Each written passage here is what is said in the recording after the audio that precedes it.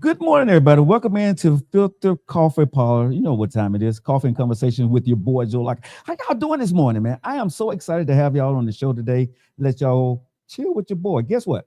Y'all got y'all coffee? Y'all need to make sure go grab your coffee because this interview right here, I have been waiting for this interview for I'm gonna say almost a lifetime.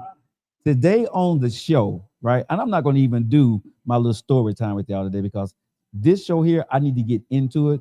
His time is precious. I'm going to make sure I value it. But grab your coffee, okay? And if you have not won, I want to ask you a question. Why not win? Why not win? Okay. Today on the Coffees and Conversation, I have the one and only. Y'all know we have some fabulous guests on this one, right? But this guest here, last week we had a great guest. This week here, come on now. Y'all, I'm proud of myself. I'm proud. I'm proud to be in his Rolodex to have him in my phone. We have the one, the only, Mr. Larry Thornton, franchisee of McDonald's, the guy who started the Institute. Why not win? Sits on the Coca-Cola board. He is in the building. He has given us his time today to tell his story. He's in the building with your boy, Joe Lockett. Mr. Larry Thornton, how you doing? Welcome to the show. Hello, my friend. How you doing? My so-called son. Yes, my dad. You know, I'm going to call you dad throughout the show. Is that okay? That is fine. Okay. That is fine. How you been doing? I'm so proud of you and what you do. But I think I'm going to have to kind of come back to earth with that kind of an introduction. I got to come back to earth. But anyway, thank you so much for that. You're so kind. I appreciate you. No, before I get into this, the community, Birmingham, Alabama, the Black community, the white community, all of us, we thank you for the commitment over 30-some years that you have given to us. Thank you. Today, we're going to hear your story, right? What got you here, the sacrifices you made for a person like me to do what I do, right? Awesome. Because I did not know who you were, but as we tell this story and get into it, right, I want to tell people how you met me at probably one of my worst times in my life and you didn't know it, right? But that's when you met me. But before we get into all the mushy stuff, right? Dad, I want to talk to you about when you were 10 years old. I want to go back there, right? So did you grow up in Birmingham, Alabama? Montgomery, Alabama. Montgomery, Alabama. Yep. Mom and dad in the house. How many brothers and sisters? Mom and dad in the house, 3 sisters. Brother's about 8 years older, so he was kind of out of the house. But that was it. Poor, nothing, making it work. I'll tell you, I was always kind of a why person. Okay. And I knew that my mother didn't have time for the why. Now I know that. I never understood it. I'd say, why this, why that? Well, to this day, and to our listeners, be about why. Try to understand even your own why. That's what you're doing right now. Prior to this show, you shared with me why you're doing what you're doing. Right. And I know that why I'm doing what I do. So why is a big question, but I don't know that we ask it enough. So when you were 10 years old, you were asking yourself why? Were you a good student? Were you a good kid? Hang out with your sister and brother? What was that like? I was doing pretty good. 10 years old. Where was I? 10, probably in the 7th grade, believe it or not, at Booker T. Washington Middle School, junior high school. 8th grade, Booker T. Washington, but life changed dramatically for me at 12 years old when I was one of the first 6 Black students to integrate Goodwin Junior High School in Montgomery, Alabama, and OMG. How was that for you, Dad? How was the integration? Well, just imagine you go to school every day. You know, they had not been around Black people in terms of on the same level ever. And we had not been around whites. So the immersion of those two worlds was catastrophic for me. The tremendous messages of inferiority on a daily basis was more than this 12-year-old kid could handle. And I just remember shutting down to school. Dr. King was killed in that same school year in '68. And gosh, I'll never forget the words of this one little freckle-faced white kid as we were exiting the school bus the next morning. he yelled these words, y'all N-word, y'all N-word Thank you. is dead. What y'all in gonna do now? And just imagine as a young kid trying to calibrate the night before, my mom crying, the night of the murder, my mom crying, dad was visibly shaken. So I knew something horrible had happened, but I just couldn't appreciate it being so young who Dr. King was. But to get off of that bus the next morning into this joyous, celebratory atmosphere was like, wow. So when you got off, so when it happened, you had to go to school the next day. Oh, yeah. And basically what you're telling me is the emotions behind what you saw was kids celebrating what was something important to you. So did the blacks rally together in school on the bus? How did that work, Dad? Well, just imagine there are only 6 of us. Okay. So we were subject to go the entire day without seeing each other. Wow. So it was a very lonely walk, but something significant had happened. I couldn't personally appreciate it, but I knew it was bad based on the response from my parents and the black community the night of. But even as a young kid, I could not put those two responses together. And I will tell you, I turned off to school. Most people, the introduction that you shared when they talk about board of directors of Synovus Bank, owning 7 restaurants, you know, artists where Oprah Winfrey, Maya Angelou, Danny Glover owns my work, former Secretary of State Condoleezza Rice, all of those wonderful things.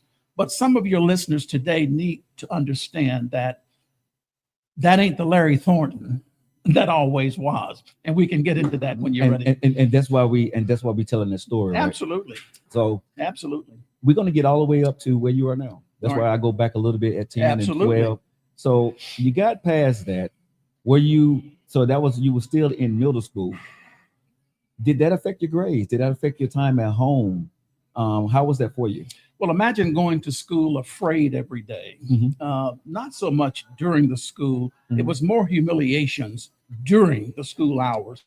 Things like you put your tray down in the lunchroom and all of the white kids would get up and leave you sitting there. PE, they never chose you for a team. Coach would have to put you on the team. And if you ever got the ball, you think you're doing well running and they're on the sideline laughing because they don't want to touch you. You drink water at the fountain and nobody would drink after you. Those kinds of subtle messages did a number on me. So you asked the key question, how did it affect you? Well, I went to summer school in the 9th grade. I went on to Robert E. Lee in the 10th grade. I went to summer school there. I flunked summer school and I repeated those failings all the way through, not graduating with my class, but graduating in summer school. And it's an interesting story as to what happened that caused me to adjust that trajectory to do some of the things that I get to do today. So the introduction is great. You did a great one. So I don't have to tell this part. But as I said, the listeners need to know the truth that it really doesn't matter where you've been.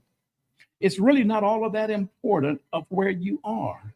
All that matters in life, Joe, is where you've made up your mind that you want to go and you are dogged about getting there.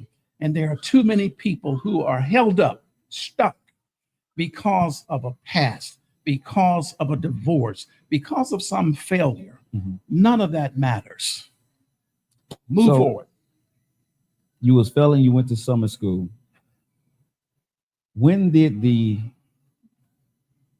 kick into you like, okay, this ain't me, I'm better than this? Because I know at the time when the white kids are laughing at you, I'm sure some of your friends are laughing at you too, right? Absolutely. Us are laughing at you, right? Absolutely. And then you feeling self-doubt. So going through all that, this was in the 60s, I'm taking it, right? Absolutely. Late so 60s. In the late 60s, there wasn't a lot for us as Black people anyway, and a lot of hope, right? When you got off that bus. So what age did something kick into you and say, okay, enough of this? How about that? What a great question. And a lead into what actually happened. Thank God for forces and those individuals and those voices, Joe, outside of ourselves. It's so powerful. my message to you today is your voice matters. Your accomplishments, your achievements mean nothing if you can't make life better for somebody else. Here's what happened to me. So in the 11th grade at Robert E. Lee High School, your entire purpose, it seemed, was to so position your schedule as if we had something to do with that, to not take senior English from this lady named Miss Nichols. Okay. Don't take senior English from Miss Nichols. Okay. But let's be careful of what we run away from, because sometimes we might be so unfortunate as to get away. Mm-hmm. So I ended up with Miss Nichols for senior English and for session room. OMG. Now, we didn't have emojis and we didn't have, acronyms like Right. you all have today. Right. But if we did, it wouldn't have been OMG. Right. It would be WTF. Right. That's what we all felt if you got Miss Nichols. Miss Nichols was a World War II veteran, had retired from the military. Need I say more? Rigid, firm, no grading on the curve, no makeup. This lady was straight down the middle. Mm-hmm. But apparently she recognized something that I didn't. She assigned a book for me to read called The Pilgrim's Progress, written by John Bunyan. Clearly the only book I ever read in high school, and it had characters in it, Joe, like forgiveness and mercy and love, and they would act out the essence of their names. I mean, imagine that. And I think it tapped into the creativity within me. Miss Nichols placed a B+ on my desk. She was shocked. I was shocked, but it was enough for her to know that there's more to this kid. He's gotten caught up into this racial turbulence, and I'm going to do something about it. That's the value. So the B+ right was a changing moment. That was a change, because she said, if he can do a B+, now imagine if he could believe more. Here's what she did. You'll find this interesting. So she already knew that my dad and I on Saturdays would go to the white folks' house. Okay. Never knew the names, always incidental. We cut, scrape, dig, wax, paper wrap sandwiches out of the back door, paper cups of water. Right. So she wanted me to do some yard work, to plant some annuals. So I don't remember a lot of yard work, but here's the significance. When it was time for lunch, she invited me in, and I went in through the front door. Now, to most of your listeners, what's the big deal with that? Well, in the late 60s, that didn't happen for Black folk. So she's talking to me, but I'm listening to what she's doing, Joe. I walk in the front door, I look over, there's a place set for 3 people. She lived with a sister. One of those places was for me.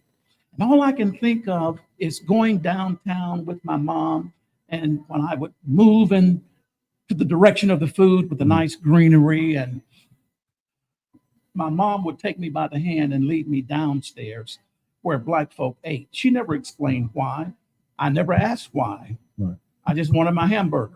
Isn't it amazing that I'm in hamburger business even to this day? Right. I always loved hamburgers. He loved hamburgers. So I'm sitting there, and she's talking into me, and she's pouring into me.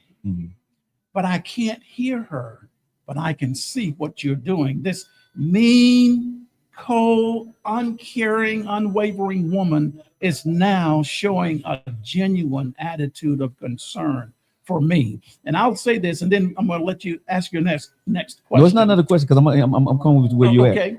Well, here's the thing. She said to me words that nobody else had ever said to me ever in my life. She said to me, that's when I started listening. She said, Larry, I think you ought to go to college. Nobody had ever used my name in college in the same sentence. And I'm thinking, but because of who she is, are you listening to me, Joe? I'm listening. Because of who you are, that's what makes you work. Because of who I am, I'm careful of what I say to people because of how they see. Miss Nichols wasn't frivolous. She wasn't about small talk. If she thought that I was college material, I must be college material. I would see the Joe Lockett's in that day and honor students, and I'd just say, wow, I wish I could be smart like Joe. Right. But nobody ever told me I was dumb, but I just didn't feel. You didn't feel it. Right, I didn't feel it. But Miss Nichols made me feel like I was smart. That was the start right there. So in the story, right, I'm listening, I'm amazed, number one. But I did not realize Miss Nichols was white until you said you couldn't walk through the front. You didn't think you could walk through the front door. Absolutely. Miss Nichols was white. All of the teachers were white. See, I didn't know that.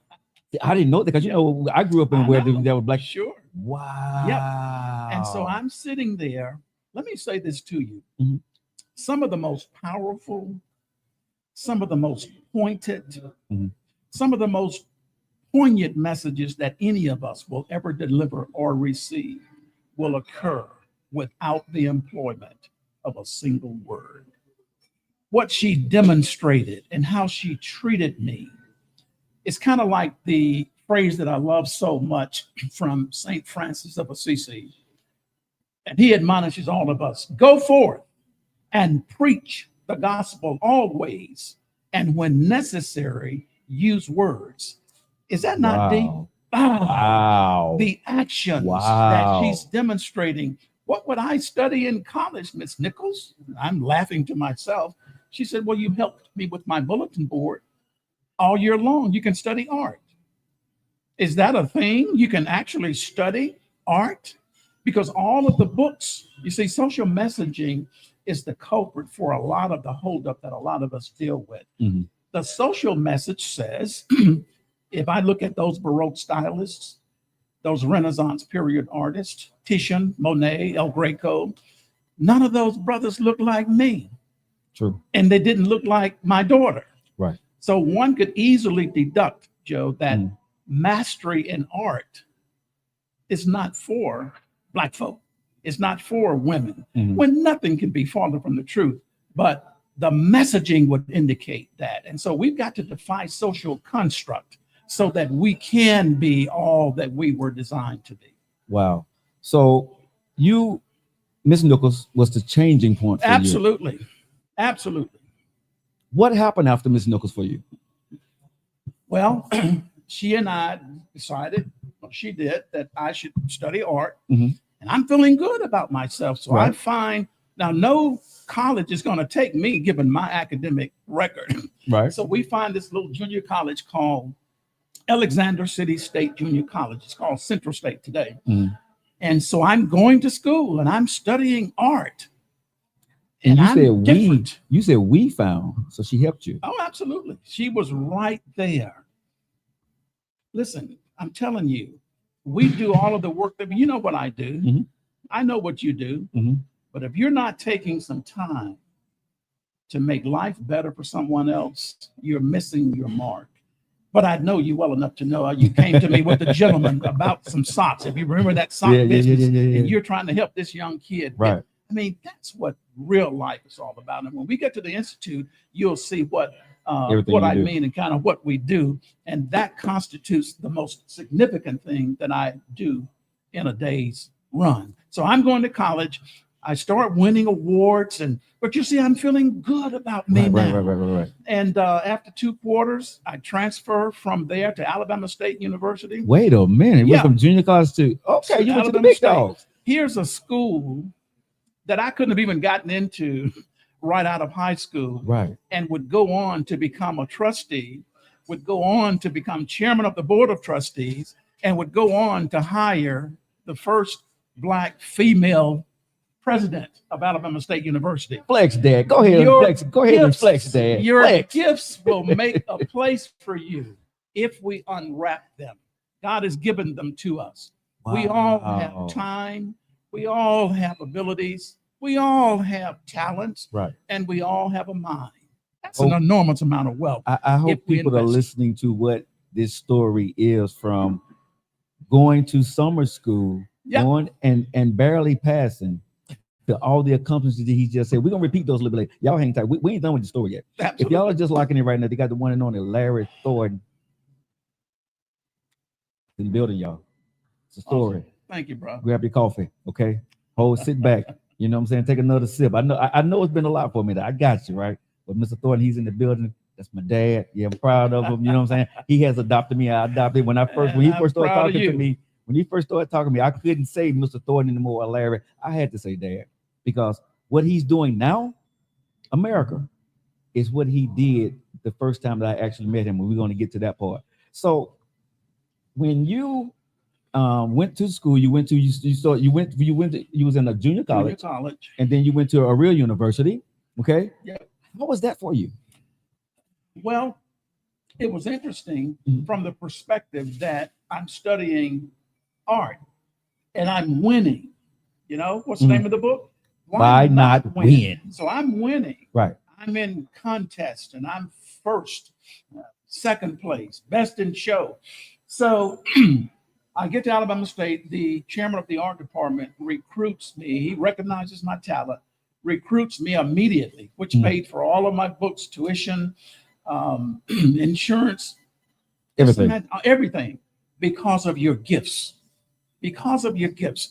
And so I'm working through that. I became the yearbook artist and the athletic artist, and I'm the man. Now, here's the mistake that I made. Okay. And a lot of, I'd say, talented individuals do this. Athletes do it often. And whenever I'm speaking to an athletic group, I always call this out. Okay. So I didn't pay a whole lot of attention to English and geography and history and all of that. Why should I? I'm good. Right. I just won best in show in a professional art show. But I didn't know that one day I would be advertising manager with a major corporation called Coca-Cola, where I've got to write memos and I have to interpret memos. Right. So I'm sitting there with a thesaurus, a dictionary, 45 minutes writing what should be a 5-minute memo. So I had to go back and get what I did not learn because I was so busy. I mean, I practically lived in the art department. So while you're in school, to my young listeners, while you're in college, learn it all. There's an application for all of that. Now, the only caveat, and maybe there's a mathematician on here, I never could, and even to this day, I never could understand why I needed to know n to the second power times y squared by 2. I get to serve on boards today, Synovus Bank, Federal Reserve Bank Board, Coca-Cola's board, chair the audit committee on 2 of those boards. That's never come up. Right. N to the second power times y equals what? And we are doing like $4.2 billion annually in sales. So it's interesting to me. I get the current events, I get the history, I get the English, I get the science. That's one I want to talk to a mathematician about. Why did you maybe go through that class? Right. Yeah, but you know something? It may have taught you patience. It may not have been the subject matter. It may have been the process of it. Perhaps so. To break things down and understand a process, because that's what you do a lot. You deal with a lot of different processes, and some things your brain may be turned off to, but because of that, you can go through the process of easily seeing it possible. Possible. I think that you make a good point. Yeah, absolutely. I remember when we got to decimals in school. What is that? Probably 4th grade. And so I'm listening to the teacher, and she's talking about halves and quarters, and I'm thinking, can't be important, because when I'm 3, my mother would call me into her club meetings, and she says, Larry can count to 20. And so I'd go 1, 2, 3. And when I got to 20, I get this big round of applause. She never said anything about 1.5 and 1 3/4. So I dismissed it the same way I dismissed rap about 25, 30 years ago. Well, it didn't go away, and decimals didn't go away. Right. In fact, in our business, we live in this infinite world between numbers. So if labor is out more than 2/3%, I'm doing a rain dance on the table. But you know, when you don't, I didn't have the relevance. I didn't understand why we needed you to know. But once you understand why, you see, 2 of the most difficult things in life to do, Joe, are these 2. Something that you don't want to do, and something that you don't know how to do. Ooh, say that again. Oh, that's powerful stuff. Again. Wow. 2 of the most difficult things in life to do is something that you don't want to do, and something that you don't know how to do. But if you want to do it, and if you're willing to put the time in to learn how to do it, there's no limit. If you think you can, you can. I think it was Ford who says that. Whether you think you can or whether you think you can. You're can't- right. Exactly. I love that. That is absolutely true. Believe that you can, Yeah. no matter what it is. Put the work in. Mhm. Put the work in. And let me throw this in while I'm on it. We'll come Sure. back to it. That's fine. Here's where I think a lot of people go wrong as well. There's no substitution for hard work. You can't go over it. Mhm. You can't go around it. You can't find a crack and slip through. You gotta put the work in. And some of the most challenging work that any of us will ever do is the work that we will do on ourselves. That's where a lot of the problem lies. So learn that extra word, read that extra book. You know how much less stress we'd have in society if more people simply read Who Moved My Cheese? Yeah. Yeah. Simple book. Simple book to read. Think and grow rich. You know, Napoleon Hill. we missed the book. Walk that extra mile. Are we going to talk about the gym at all before we get out of here? Yeah, we got all that. We got all that. I would stop doing what I'm doing to watch you and look at the proof. I see the results. We're going to get to the gym, but All I right. want to get you graduated in 4 years from college? Yes. Okay, top honors. In art. Yeah, In art. absolutely. Okay. 20 years old. Started college at 16. 20 years Wait a old. minute, you started college at 16? 16. Now, you Yeah. didn't tell us that part. you left that out. Yeah, that's how I got to be 12 years old in the 9th grade. So Okay. I skipped first grade. So maybe I always had something. I don't know Yeah. what happened, but I skipped first grade. So I'm 5 years old in the 2nd grade. And I would carry that all the way through. So Gotcha. graduated, started college at 16. Okay. So imagine this, I'm 20 years old. I was recruited because of my artistic talents and abilities. I was recruited by Vestavia Hills High School out of Alabama State University my senior year. Came to Birmingham. That's what got me to Birmingham. Okay. I'm teaching art at Vestavia Hills High School. Now imagine that. I'm 20 years old. My students are 18 and 19 years old. And you're teaching them I'm art. teaching them. Joe, it was a horrible year. You know, I was a buddy. I was a friend. I had probably one of the biggest afros of anybody. Wait a minute, Dad, you had an afro? I had an afro, bro. And I was cool and high-fiving. Right. And I remember distinctly the principal calling me in at the end of the school year. He probably should have fired me. But he said, Larry, we are thrilled to have you here on our staff. He said, you do all of the calligraphy for the awards free. You stay after school and you'll paint backdrops for the thespian performances. Right. He says, but you're too familiar to your students. When you return in the fall, I want a teacher to return and not a friend to the students. Isn't that great? Helping me with life skills. Yes. And I went on to teach 4 years of art at Vestavia Hills High School. That was my first professional job out of college. So did you know then, like when you graduated from college, you got that job, okay, I'm going to be the man. Did you want to be an entrepreneur? Did you want to teach? Did you know that you had something more? My 2nd grade teacher, as I said, I skipped first grade, was something of an artist. None of your listeners know anything about blackboards. See, we had blackboards, chalkboards. Yeah. And we'd go out for recess, and when we'd come back, we'd return to this, depending on the season, Horn of Plenty, Santa Claus, Yeah. Bunny and Easter egg. I thought it was the most magical thing, but I don't know what's in me. And so it's just there. I'm like, why is this so amazing to me? So I remember saying to Miss Cooks one day, Miss Cooks, can I stay in from recess and watch you do that? She would do it while we were out playing. Right. Now she needed her break too. And I often think, what might have happened or how much more of a delay it might have been before me discovering what I have within me if she had said no, because she needs her break. But she said yes. And I sat there, Joe, and I watched her and I absorbed it all. And I've been drawing ever since. And then Miss Nichols, so teachers had shaped my life. So what else do I want to do in life but be a teacher? But what I'm learning in your story, Dad, is this here. The thing, like you said, you was afraid of, the thing that you didn't want to do is the thing that got you to where you needed to be.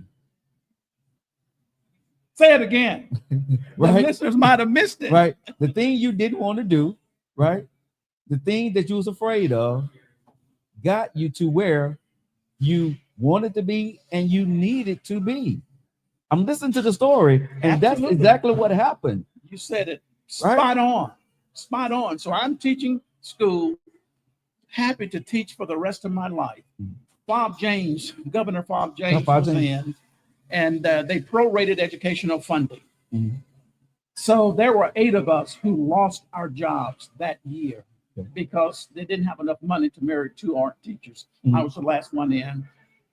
You're talking about a horrible day. That same principal called me in and he said, Larry, of all of the teachers, I don't know if he said that to everybody or not, but of all of the teachers that I've got to deliver this news to, it's most difficult to tell you.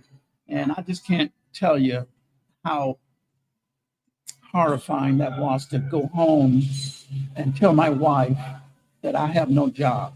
And I was stuck. I mean, I couldn't go on. The rest of the teachers, there were 8 of us, went on to get jobs in other places. I just had nowhere in my psyche to place losing a job when you have done a good job. I mean, I'm too young to relate. Is that a thing? So what age? What were you? 24. 24 at that time. Okay. And I'd done a great job. All of my reports were good. In fact, my last year, I couldn't even teach my senior class because the kids coming from Position Middle School wanted to take Mr. T for art. So I had 5 classes. And then the principal called me in with that. Joe, I could not go on. I just could not even imagine it. I remember the assistant principal, who was a brother at the Position Middle School, came to see me. He said, man, you are letting this thing get to you. You got to move on. And what I'm about to say now is very powerful. I hope that the listeners won't miss this. Okay.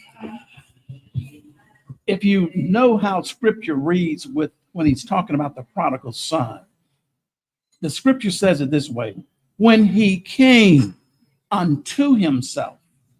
When I came unto myself, I realized that they didn't take my job. They took their job.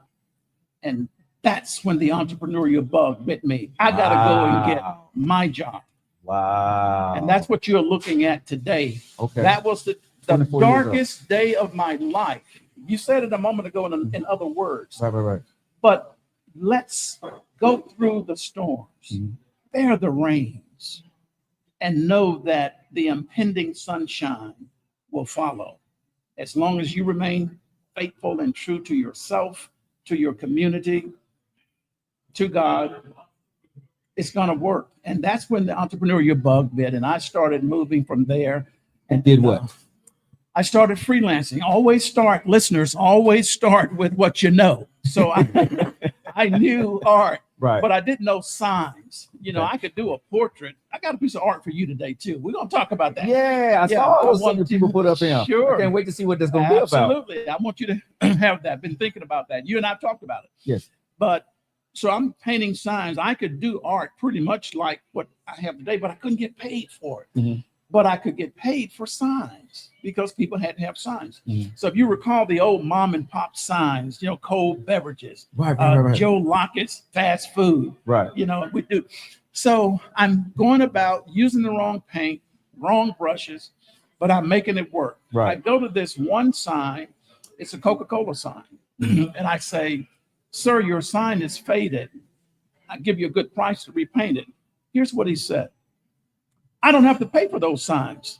I carry Coca-Cola products, so they paint them free. So I'm thinking, I know Luke Ranford. I know the president of Coca-Cola. I've taught his daughters, Amy and Cheryl. Another key point to the listening. Wait a minute. Yeah, think about that. I know the president of Coca. I'm teaching his daughters. Wow. Being at Vestavia was the best start of my career, of any career, because of relationships. If your listeners could understand the value of relationships.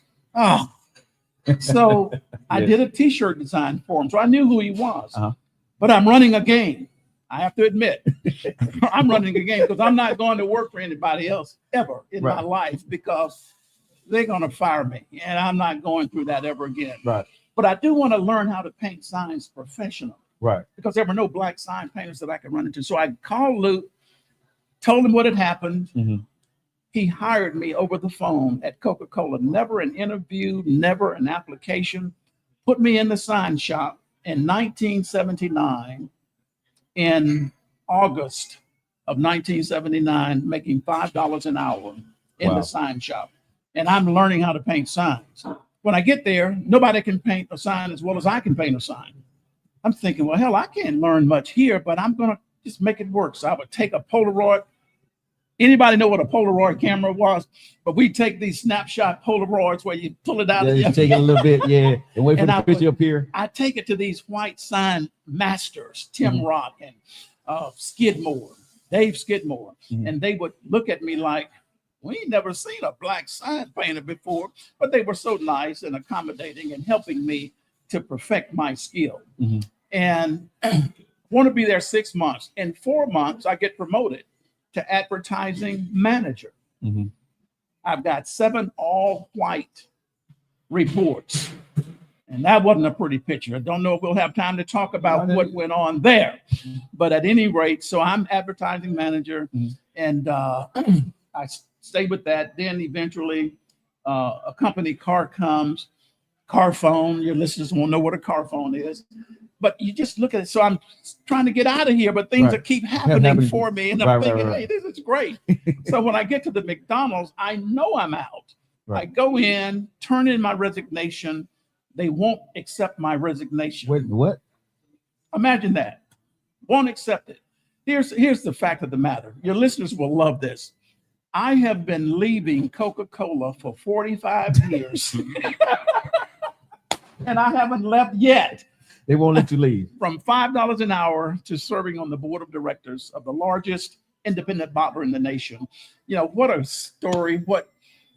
And I'm humbled by the blessings that have come. But as long as we could understand, Joe, that the blessings are not all for you. Right. Wow. You know, so you try to leave Coca-Cola, but you didn't. So I understand we're saying how you got to the board. So now we're talking about the McDonald franchise. We're moving on up now. We're getting on up. We're doing the Jefferson thing right now. Right. Where did that come from, Dad? The McDonald's? Well, I never stopped being interested in traditional business. Now, understand, I do not have any business background. Right. Never Art. You got an art I'm background. an artist. I studied art.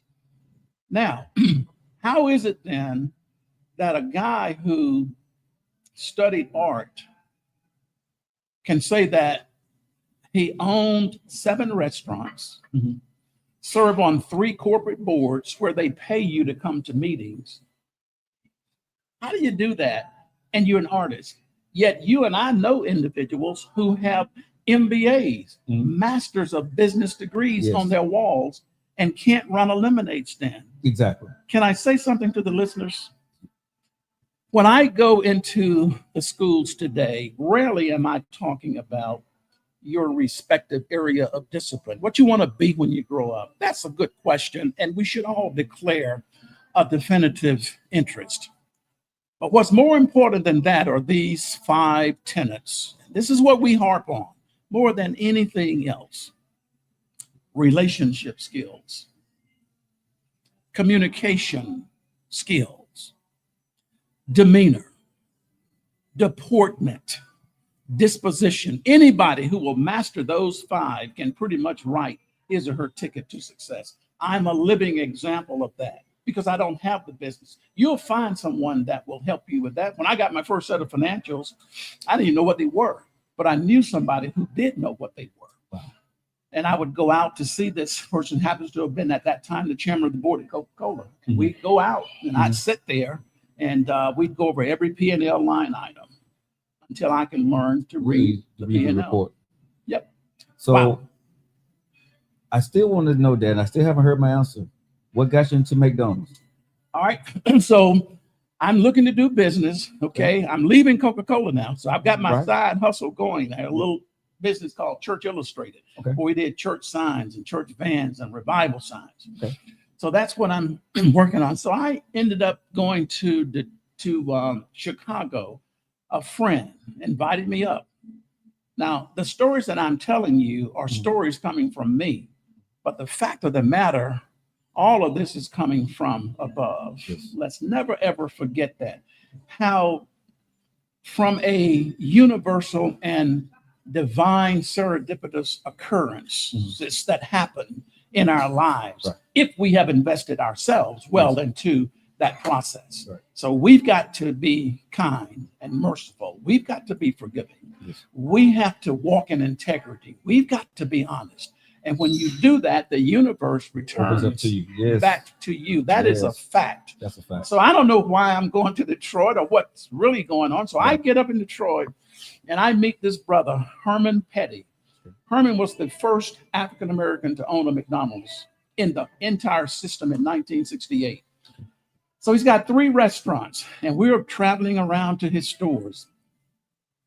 And I can't believe my eyes. Here's what I said. I hope it's safe to say to the listeners. I'm looking at all of these white folk going into this Black-owned business. And Herman is talking to me saying, man, you ought to give it a try. And down south, there's some opportunities opening up down there. And he kept saying that. So finally I said, Herman, let's be real. Do you really believe that white folk in Birmingham, Alabama will be coming to a Black-owned business? He said, absolutely, yes, they will. Right. It's not you, it's the strength of the brand. I didn't know how to reconcile that. And we have at least one of our stores now that we have about a 92% white traffic count. And to this day, I sit there and I look and I marvel. You know, they don't know that I'm the owner, and there's no need to reveal that at all. But he kept pushing that. And so I said, okay, I'm going to apply. Used his name, sent my application to Chicago when it should have gone to Atlanta. But they knew him in Chicago. They didn't know him in Atlanta necessarily. They sent it on to Atlanta. I get in the program. The fact that I'm already with Coca-Cola, you see how everything lines up? Already partners. And so now I get accepted into the program. Most people think that you just kind of get the dollars and then you go by. No, it doesn't work that way. The way it works is that you get accepted into the training program that takes 1.5 years, 2 years to train in a restaurant, learning how to do a McDonald's. Wow. And I couldn't believe it when the guy told me that his name was James Long. I said, James, 18 months, 2 years. I said, let me say this to you. James, I can already make a hamburger. Okay, let's start there.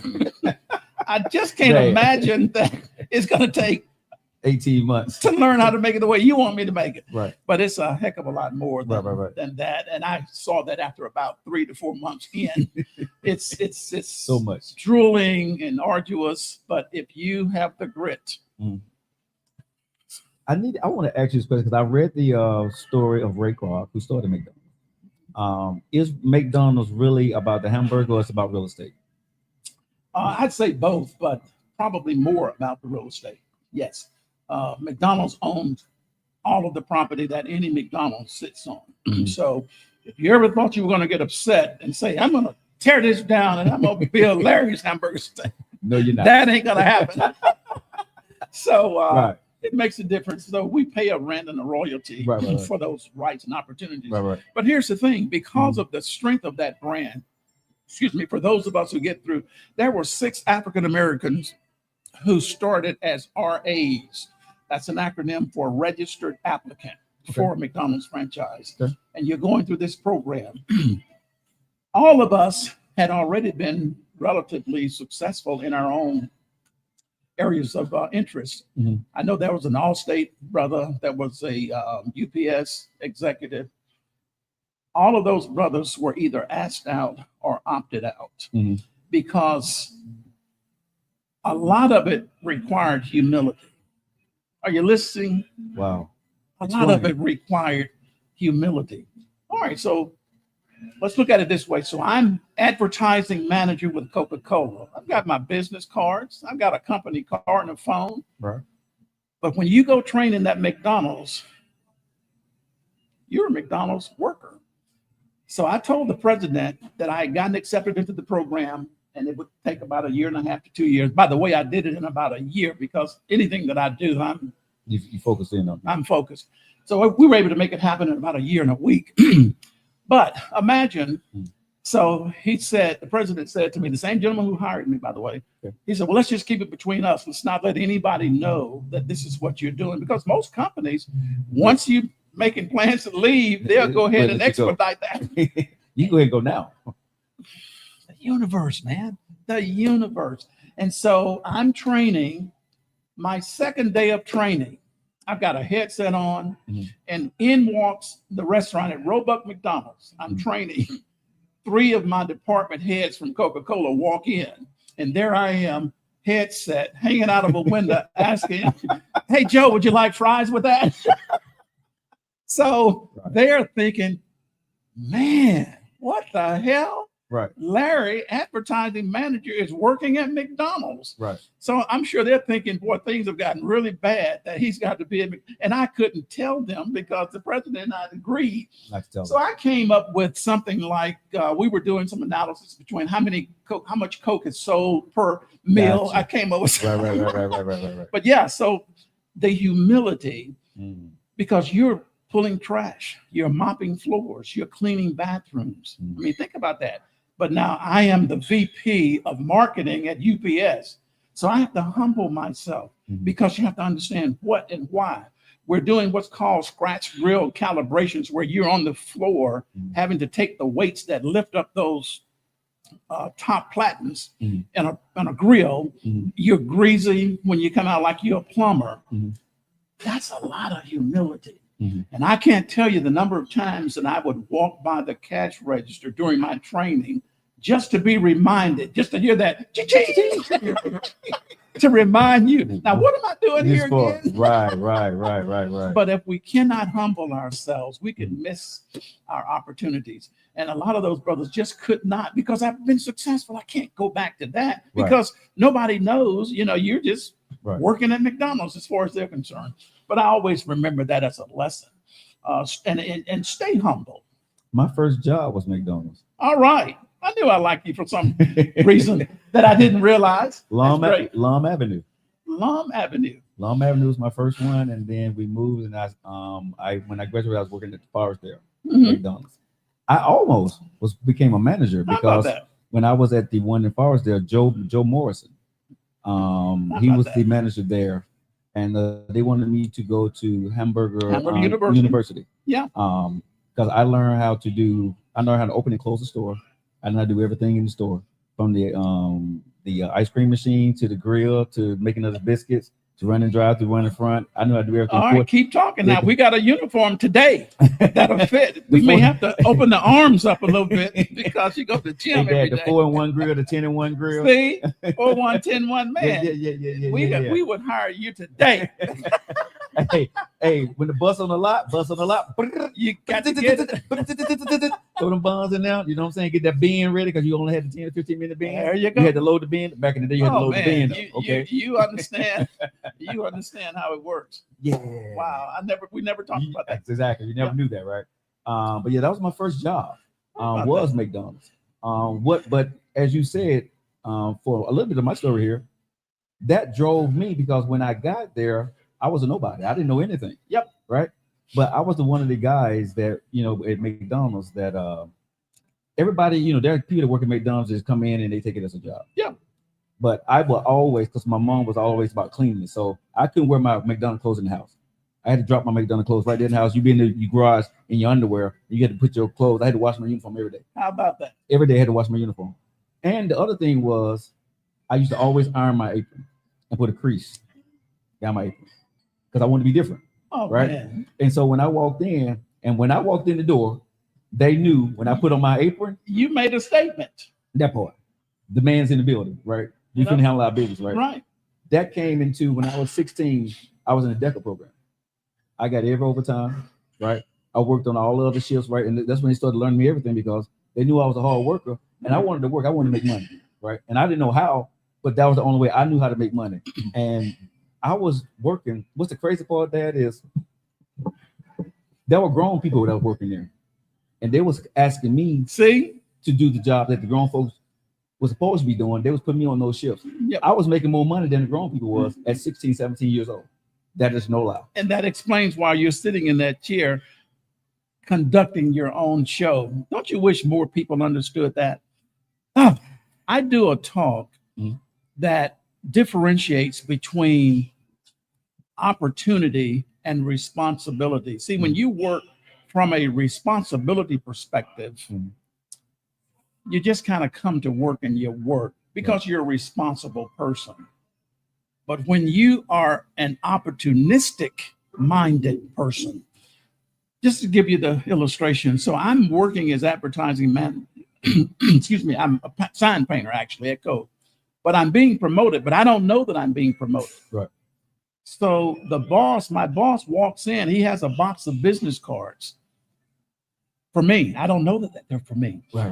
I picked up, Joe, one of those business cards, and I'm looking at this. I did not look at the address. I didn't look at the title. All I saw was Larry D. Thornton's name next to the most recognized trademark in the world. Joe, that's an opportunity. Yeah. So how do you work when you go to work from an opportunistic perspective? You come in early. You just said it at McDonald's. You stay late. You come in on days that you're not scheduled to come in. Take every shift. See, done everything. And once you do that, you can't go unnoticed. If the company won't notice you, somebody else outside will. If we could just get more people who go to work just because they're responsible, those are the people who look at the clock at 10 o'clock and go, oh my God, it's only 10 o'clock. I got 6 more hours to. I mean, what a horrible way to live. For you, and you never told me this, you don't have to. And for me, we look at the clock at 2 o'clock and say, oh my God, it's 2 o'clock already. I haven't gotten half the things that I want to get done. That's when you know that you're living a purposeful life and you are making a difference, not just on the work that you're doing, but for the value and the benefit of those around you too. If you guys are locking in right now, man, this story is amazing. If you missed, you're going to go back on LIM Network. That's LIM Network on YouTube, Facebook, and all that good stuff. But Larry Thornton is in the building. He's sharing his stories with us, right? And we've heard all this stuff from failing, going to night school, going to summer school, okay, integration. But all through that, right? Miss Nichols, how you doing, Miss Nichols? You still around or not, Miss Nichols? Praises to you, baby girl. Thank you. Absolutely. But I want to get to this part right now because we done went through Coca-Cola when it got you to McDonald's. Yep. But then after all of this and all your blessings, and you done shared with the world globally, you decided it's time for me to write a book. It's time for me to do something more, open up this institute. Yep. And it came to this part, Dad, about why not win? Why not win? Talk to me about it. So let's start with the title. Okay. So I'm watching the NBA Finals. This had to be in the mid 80s. Okay. The game is being played at the Forum in LA. And just before the teams, the Lakers and the Celtics were in this. That's when you had the real Lakers and the real Celtics. Wow. I know the listeners are going to say, what are you talking about? Now, worthy. All your Laker fans green. turned up. Right. But just before the teams were about to exit the locker room and onto the court for play, the media cameras moved to this little piece of nondescript sports philosophy. The sportscaster Joe never read it. I read it. Just 3 lines of copy. The game has been scheduled. So we have to play. Why not win? Now you think about that. Imagine if the teams could enter the floor with that.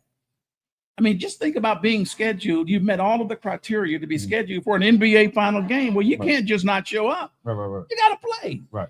And if then you're going to go through all of the jockeying for positioning, the fouling, the injury, the sweat, we might as well win this thing. Now let's change the words to that. You have been born, so you have to live. Why not win? Don't just be here. When I see your fervor and the times that you ask to meet and we take time, you're winning in life. None of us are where we need to go. We just received a tax bill that was twice what we thought it was going to be, and we got to figure it out. You know what I mean? So you never really get there. But if you're on the road, if you're in the process, you're winning. And that's the way I feel about life. You know, you can't win by taking an old passive and apathetic, lukewarm, mediocre, lackadaisical, old commonplace, ordinary, and everyday approach. Ain't the way you win anything. To win in life, you got to be dynamic, unusual, extraordinary.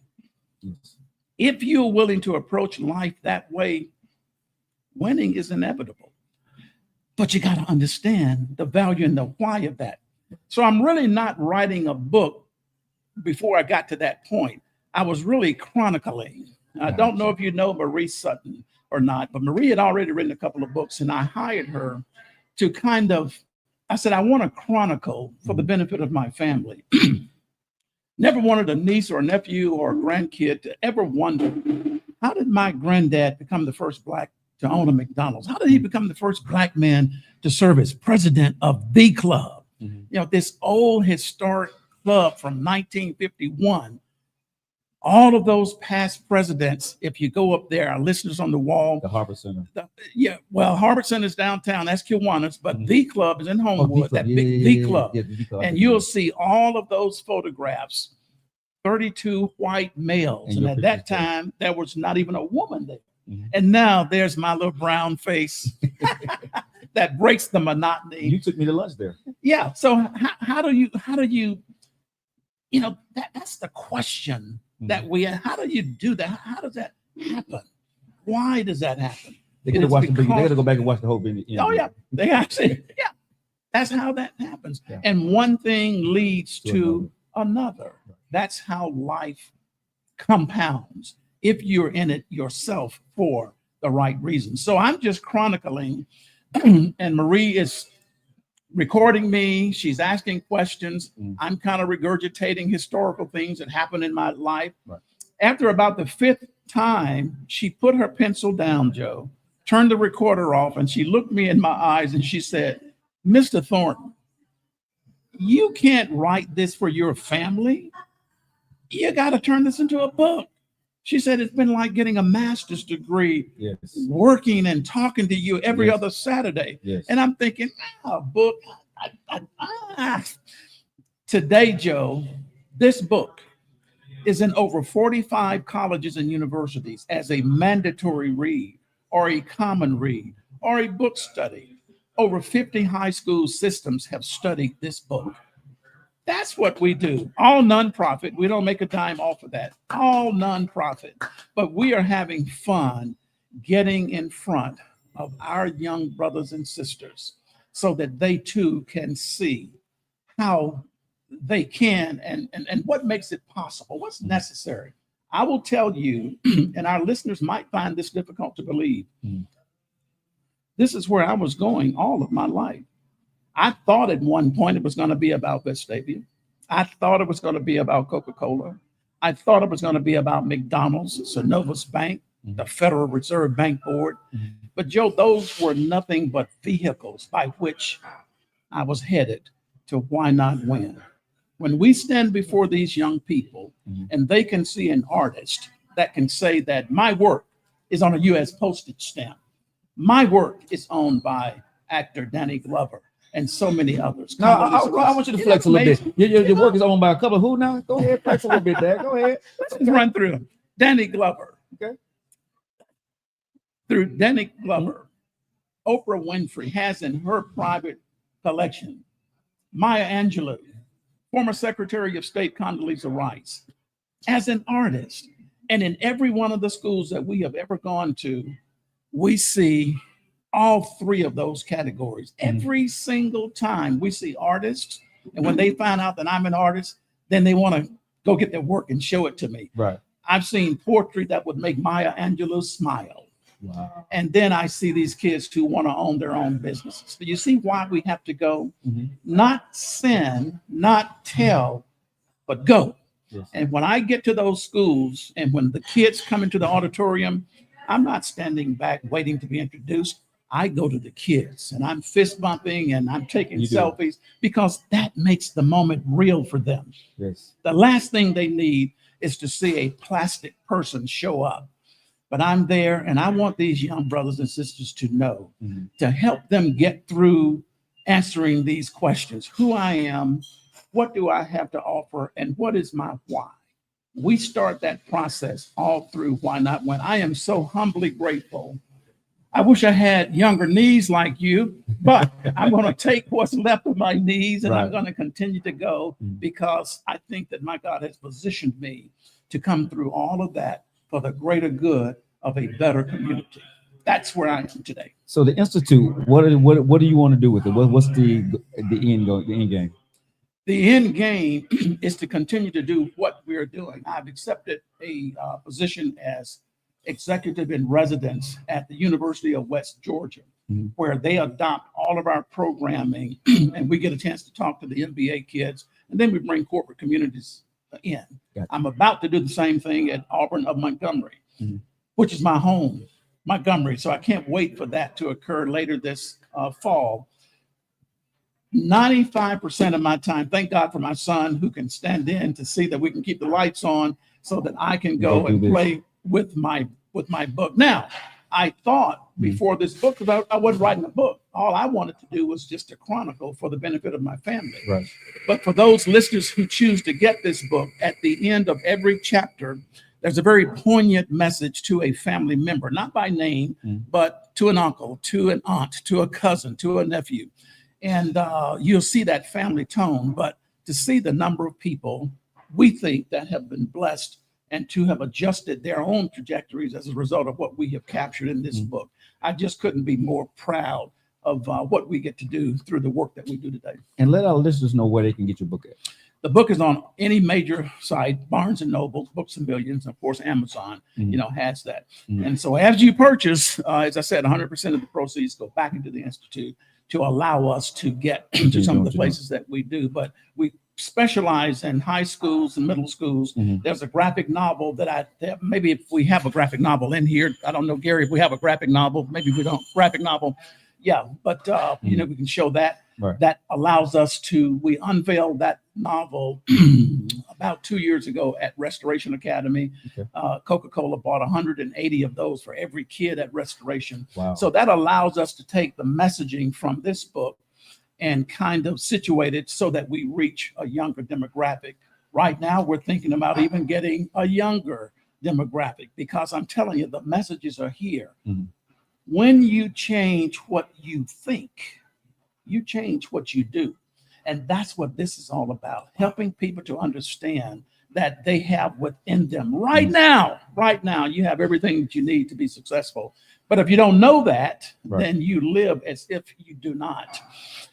And I hope people right now listening to this is being inspired because, I've heard a lot of this stuff and some of it I did not know. But each time I sit down and talk with you there, right, you give me, I see myself in you.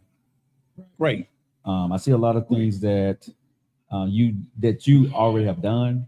I'm like, I'm on the right path. Right. Good. I saw you brought me a gift today. I want to get to that gift, but I want to get to this story because this is a story nobody knows, not even Gary or even my nephew, right? How we met, right? We met it was a Planet Fitness. Planet Fitness. Over in Homewood. I was on a treadmill. Now, all your accomplishments, you was already accomplished at that time. I had no idea who you was, right? I was just in the gym on a treadmill. Doing your thing. Doing my thing with my headphones on, right? I wasn't bothering anybody. That's right. Right? This is what I want to tell people in the story in their journey. I was going through a divorce at the time. How about that? I did not know where I was going and I was mad, right? I was frustrated. So I'm just on that treadmill. You saw me. I'm going, right? And one day you walked over to me and said, brother, I just want to tell you, hey, you're doing your thing. You making it happen. That's right. Right? I had no idea it was the Larry Thornton. The Larry Thornton that came over to talk to me. And I was, thank you. I think I stopped and we talked and chatted up a little bit, right? Yep. And I had no idea who you was. And then we started speaking from then on, right? Absolutely. We started speaking. But I was doing excellence, I was focused. What about that moment made you want to come over? Because a lot of people in the gym that was working out. Sure. What about that moment that made you want to come over and speak to me? Well, it's a very common thing that I do. Mm-hmm. You were at McDonald's for a period of time. It's easy to complain, but how many times do we get compliments?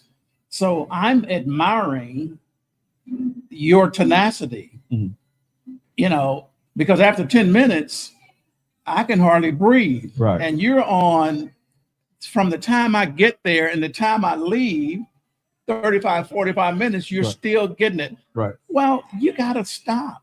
We ought to stop. We don't have to. But I wanted you to know, even in a dark moment, sometimes we're feeling what we're feeling, but we don't know what other people are seeing outside. And that's where the value is. So what does that mean that this guy would stop just to pay me a compliment, to motivate me? You did. You did. At the work. And we all have those. Right. Here's what's so important. I don't want, we're limited on time, but we got to do this.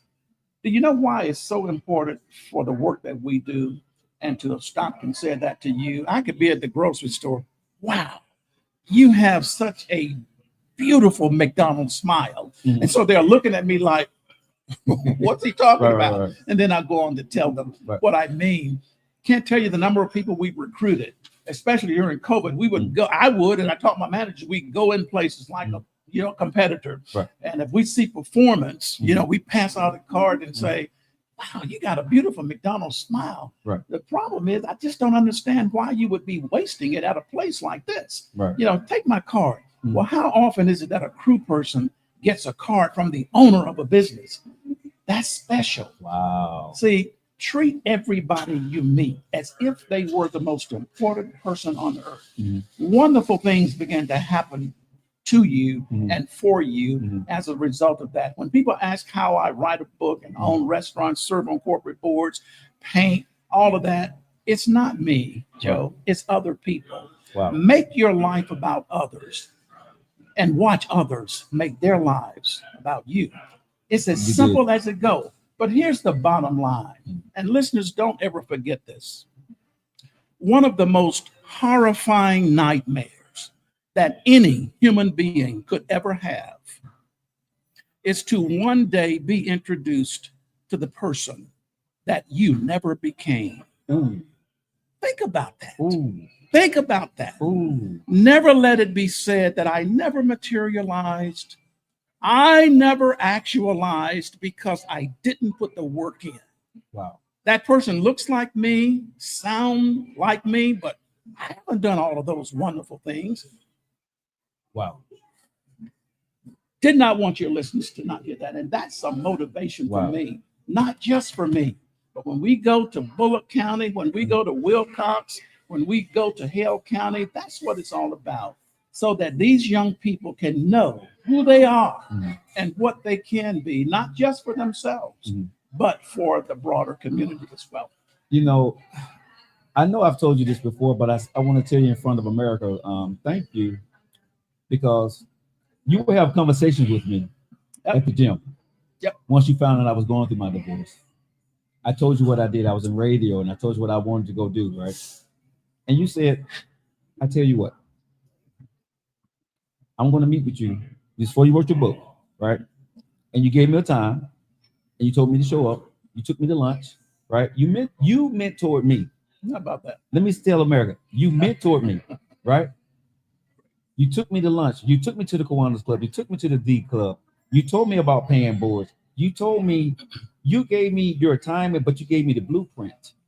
This is somebody I met in Planet Fitness.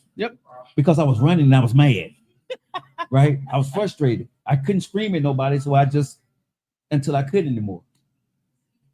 You came into my life. That's God.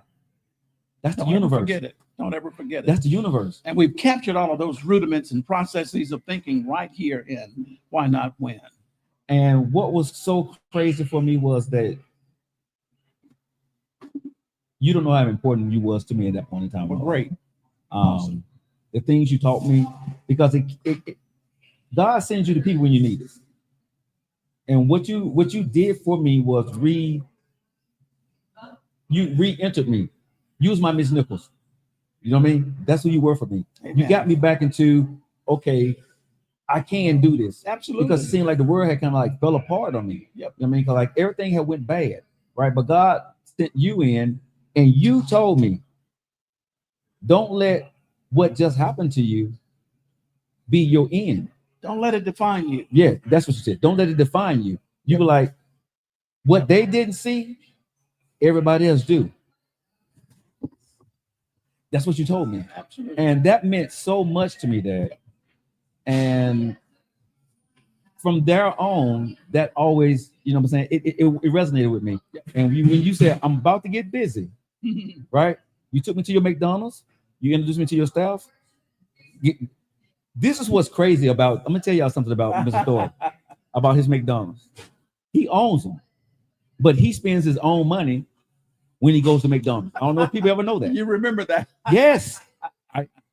He went to the thing, you bought me lunch at your store, and you paid for lunch at your restaurant. In your store, right? You remember that. How but about that? Because I watch what successful people do. And I asked you, why did you do that? You're smart. Right? I said, Dad, why did you do that? You said, it's nothing free. Right? So I need to pay for your food because it's at the bottom line that when I'm looking at the report, I can't look and say I gave Joe a hamburger. Right. What happened to food costs? Right. So, but again, it was those small things that I watched you do. Sure. Because you allowed me to sit in meetings, right? And I always tell people, if you ever get a chance to get into the room, right? Watch. You brought me to some meetings and let me sit in the room and I watched just to see how you operated. Y'all. When I say when this man walk in the room, I'm that dude. And I'm not gonna lie to people, you know, I'm that dude. When I walk in the room, everybody knows Joe Locken walked in. But it's a different level. When Dad walk in the room, it shuts down. Right? The lights go dim. Right? Spotlight come on. You give me too much credit. No, Dad, I don't. I will tell you no, this. Dad, I don't. No. I never realized the significance or the impact that Miss Nichols had on my life until later on. You know, you're young and you're kind of moving. But when it hit me that this lady, Joe, I have delivered 5 college commencement addresses since the advent of this book. Miss Nichols is right in the midst of every one of my deliveries. Wow. We want to be grateful and thank those individuals. When I got sense enough to realize how she had impacted my life, I went back to Robert E. Lee to find her. She had passed on. So I never got a chance to thank her. So when we go to these dark counties and these very depressed counties and we see what we see, I'm thanking Miss Nichols. And before I get to the president you brought to me, you said you wanted to talk about the black belt, how important that was. Oh, absolutely. So we did all of the schools in Birmingham, all schools in Montgomery County, you know, and I wanted to do Montgomery. So I will tell you, and thank you, Dr. Sullivan, who committed to 4,200 of these books, and we did all the Birmingham City schools. So I want to do the program in Montgomery where I integrated. You're going to love this story if we've got time for it. Sure. So I go in to see the superintendent. So young brother, first year in, I can't go ahead. Keep talking. I'm letting them go ahead and open this up. So when we bring it back, we can bring it back. Great. Good. So I want to do Montgomery Public Schools. But I don't want to ask this brother to commit to that many books in his first year. Right. So I'm just, you know, how do we do this program? I get a call unsolicited from this gentleman. I knew who he was, but I didn't know who he was. He called me unsolicited. And he said, Larry, I understand you're trying to get to Montgomery to speak to our kids. He's a Montgomery businessman. Right. And I says, yeah, George, I am. I said, I just got to get the books worked out. He says, well, if you got to get books, you don't worry about the books. I'll take care of the books, all of them. Joe, that was a $74,000 call for 3,500 books for all 7th graders and all 11th graders. And I'm just thinking, how awesome is this? But here's what's more astonishing. Okay. The gentleman who made that call, his name is George Goodwin Jr. The school that I integrated in 1967 was Goodwin Junior High School, named after his grandfather. Wow. Over 50 years. Over 50 years. You man. Can't make this up. You know why that happened. Right. He's one of the nicest, most humble, one of the most unassuming individuals that you could ever want to meet. But here's what I said to him, Joe. I said, now, George, understandably, I have no good memories of your granddaddy's school. It was hell on us every day. Right. But George, when we get to Goodwin, it would be my honor if you were to join me. Here's what he said, Joe. Larry, not only will I be there, but my daddy will be there too. You're talking about a resonant moment. April of last year, we're at Goodwin in that same lunchroom. Looks the same. And they're the Goodwins. It's just a really, really, really resonant moment. Wow. So that was pretty special. So Dad, you know, while you was talking, there was a picture that I saw in one of your restaurants, and you brought it here for me today. And I had my producers unwrap it while you were talking. Okay, good. And I want to see. I think it's the one. I think it is. I haven't saw it yet. I think it's the one. You're the music man, and please let our audience see that this is one of my favorite pieces of work. So, America, Dad brought me this picture. How about that? That is the most colorful piece, my friend, in the middle of a Charlie Bird, colorful piece. Wow. And just so that when you talk about these pieces, there's a style. If you look at the jacket, look at the tie, look at the sacks. That's a style called pointillism. You can see the dots. So you drew this. I drew that. Yes, yes, that's my work. The original. This is a print, so I do the original. Wait a minute, you got my name on here. Your name, that's personalized for you, my friend. Dad, thank you. Absolutely. Thank you. And they also told me you have something else. You brought me a letter or something? Absolutely. Right? So that's called someone should be bringing me the letter here pretty soon, right? That's called a certificate of authenticity. Right. So it will always authenticate this piece. So you want to keep that certificate attached to this piece. Right. A lot of people just put it in an envelope, tape it to the back, because you want that. This will be here when both of us are gone. Okay. Wow. And so you want whomever get that, they want to keep up with that certificate of authenticity. But color of music, and if you look at that style, that's called pointillism. I've never seen pointillism done with a pencil. It was made famous by George Seurat, 1880s French artist. But I wanted to do it in pencil. And this is color pencil. Very slow and arduous process, but that's so special to me. We've dedicated that piece to the performing arts community, and clearly under such demand, we get so many calls. But here again, I don't sell my artwork. Right. My art has given so much to me. We love giving our art. In fact, we use it for fundraisers. I did 2 pieces for UNCF just at the last gala, and they auctioned those off for the benefit of UNCF. But it's my honor that you would have this piece and remember your friend, your dad, your mentor, as you call it. And but I want you to put that somewhere special and remember your friend. Absolutely. Thank you, my buddy, my brother. Thank you. Appreciate the work that you're doing. Y'all, we could do so much more. There's so many more things, but Dad has a schedule he has to get moving. I want to say, my dad, but Larry Thornton, thanks today for your time, your story, and thank you for sharing everything that you have done. And nothing but continued success to you, your family, your organization, your institute, all the McDonald's. Right. And I want to ask you one question before you get up out of here, Dad. There's still an opportunity for people right now to own McDonald's franchises. Oh, absolutely. Okay.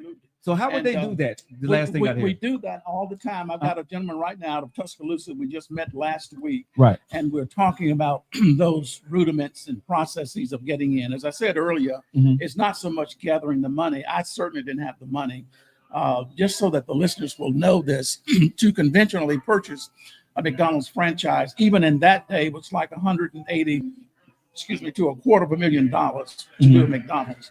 But they had what's called, and they still have that program today, called a BFL, Business Facility Lease. Okay. Whereas McDonald's will require you to pay your deposit, security deposit, buy your first month's stock, train your people, and then McDonald's foots the entire bill and give you 3 years to cash flow enough money to then get into an equity position.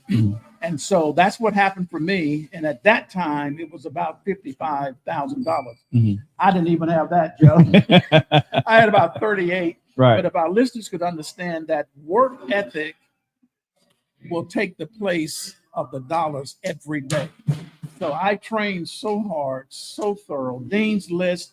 And you know what that meant for me, to make the Dean's List. Yes. Given my academic Right. So they say, this brother is serious. Right. And I fought against them giving me some, what we would call an old dog store, and you got to turn it around. Right. I said, this is going to be the first Black-owned McDonald's in Birmingham. Guys, you got to do it right.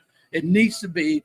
And for those of you who don't know, Heritage Town Center McDonald's in 1992 was our first restaurant, and it's still our flagship restaurant. Wow. But real quickly, let's keep in mind that our business is not just about business. There's a ministerial aspect to it. We've never, ever underestimated that.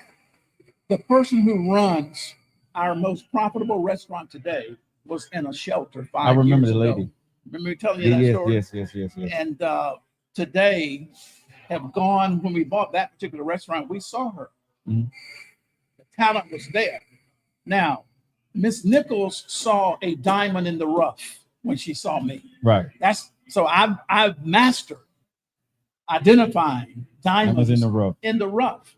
You see, we're all, for the most part, we're just old chunks of coal. Right. Period. Wow. But if we can withstand the cutting, the pressure, the grinding, right, that's how it becomes a diamond that we appreciate in a jewelry store. But it all came from a lump of coal. Exactly. We have the capacity of transforming from a lump of coal to something that is as shiny as a diamond. But we got to take the stuff. I say in the book at least 3 times, if you can't take anything, you can't have anything. Wow. The more you can take with grace and humility. Do you know that I've sat across the table with more people who missed their end, not because they were not capable or competent. They couldn't take the BS. There's a lot of BS. Yes, with this, yes. And you're going to lose people. You talked about a divorce. I went through a divorce. I don't know who said this. I wish I had, but it's so true. Everyone that comes with you cannot go with you. And that's just a fact, uncomfortably true. Yeah. But don't let that keep you from going.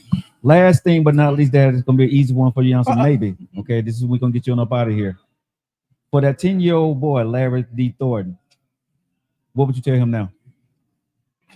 I remember wondering why my mother, because it wasn't a mandate to go to the white schools. It was called freedom of choice. Why did my mother decide that I would be one of the 6? And I resented her. I resented the attorney that went about canvassing to get us to go. But what happened at Goodwin and Robert E. Lee is that it forced me to learn how to become comfortable in this very uncomfortable setting. Had I not mastered that, the world and life that I lead today, the club board of governors, only Black. Coca-Cola, first Black. Synovus, perhaps I wouldn't have been able to master the life that I lead today. And I'd like to think that my life has been a sterling example to Black folk and white folk to know that you don't have to fear. You don't have to be uncomfortable. I have been on Coke's board since 2003. I've never missed a board meeting. I've never been late for a board meeting. I wouldn't dare deliver what so many assume, because I want you to understand that you don't have to fear me. I want the same thing that you want. I want my family to be warm in the winter, cool in the summer. I want the best education, no different. Right. And so sometimes you can say that, but where else would they have been able to get to know one single Black man? Right. I've been with McDonald's now 32 years. My son and I are the only Black owner operators in Birmingham, Alabama, unfortunately. Coca-Cola, 45 years. Synovus Bank, 30 years. Still on those boards, and I'm still carrying it. Wow. Carrying it so that we all can have a much better future. We thank you, Dad. Thank you, Absolutely. thank you. So basically, you tell that 10-year-old boy, don't be afraid. Don't be afraid. If I could go back, I would say, I know you are afraid. I know you don't understand this. But if you conquer this, you will make a difference in a community that you cannot even imagine. That's what I would say today to that person. Right. Hang in there, brother. Hang in there. The pinching and the pushing, the names, hang in there. All of us. Hang to in you. there. Hang in there. Hang in there. Dad, I'm gonna tell you, this is probably gonna go down as the best interview for me because it means so much to me Well, because you're so close to me. Thank you. So, Dad, thank you for taking the time today out of your busy schedule to come have coffee with me. I've enjoyed it. Thank you so much. We love you. I appreciate you, my brother. Thank you. Great. All right, y'all. The one and only Larry Thornton. Y'all heard it here. Go back and rewatch it, man. I'm finna go get some tissue paper, finish up my coffee. You guys have the rest of the day, and I'm finna go enjoy my paint. Thank you guys for watching. So we love you. Have a good one.